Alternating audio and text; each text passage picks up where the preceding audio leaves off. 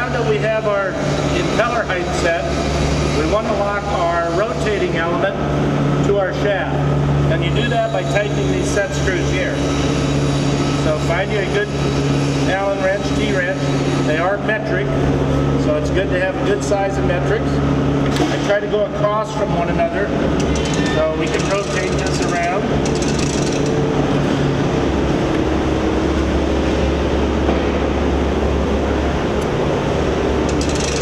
Now go 90 degrees. Get it snug. Now you can see the rotating element is actually spinning with the shaft now.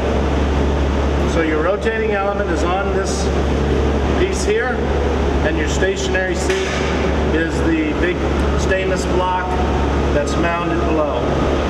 These are balance seals. It's a cartridge type design.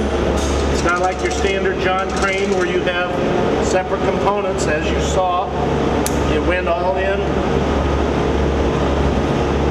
as one. Now you can go ahead and just try tighten these down pretty good. We want a pretty good torque on them. They do bite into the shaft. There's 4 of them. It's not carrying any weight, but there is spring tension that could work them loose. So you want to get a good bite. So now that we have all 4 of them bit in there good, we can actually release the spring tension by removing these 4 clips.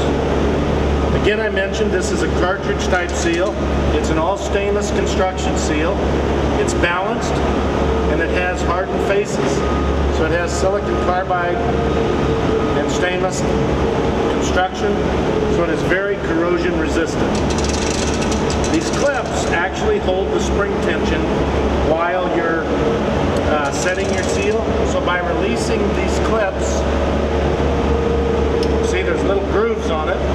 They bite into these little grooves, and with the screw that holds the spring tension.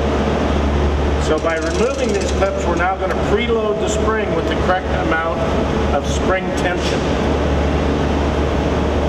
Got one more. It's probably a good idea to keep a set of these clips around. If you ever want to adjust your impellers on the pump, you would have to do just in reverse what we just did. You would need to put your clips back on to hold the seal. Then you would loosen your set screws, and then you'd be able to drop your impellers down or pick them up. And once you had made the change, you would just do in reverse of what, or just do what we just did, where you tighten the set screws and then remove the clips. So we can now put our vent line on and button up the top side of the motor, and this pump is complete. So with the mechanical seal, we also ship some copper tubing, 1/4-inch copper, soft K copper, and you can just, what you do with that is you bend it so that you can run it down into the sump, and you want to bring it into the copper fitting that we put on. So make sure you have your nut, and then the ferrule.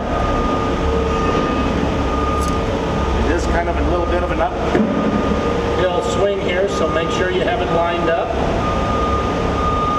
It's a 1/2-inch wrench once you get it in place. Go ahead and tighten that. And once you get it tightened, the copper is soft, so then you can kind of adjust it, get a nice bend on it. And in the case of these pumps, we're going to have an actual guard that comes in, so the guard will be on each side of it. What this does is it allows the seal to vent. There would be air trapped up in this discharge head, and in particular in the seal area. A mechanical seal needs water or needs lubricant for 2 things. One, it lubricates the seal faces, and the other, it cools it. If this would be trapped with air up here, your mechanical seals would fail, they would run dry, and they would just overheat and burn up.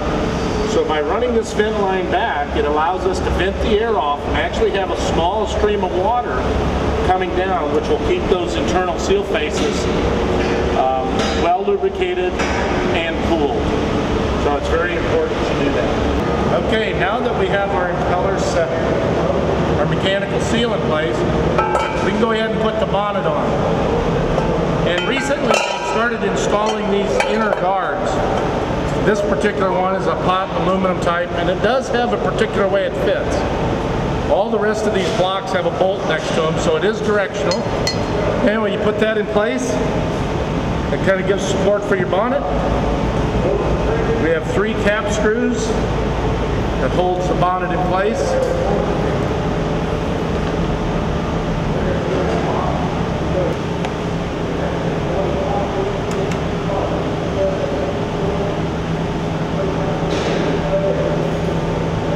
We know that we've already bumped these for rotation, so we don't have to worry about that. If you hadn't bumped it for rotation, it's probably always good to pull your bonnet off and check it from the top side and just make sure that you see it turn. Sometimes just looking at the shaft can be a little deceiving if it's rotating or not. So anyway, that's it.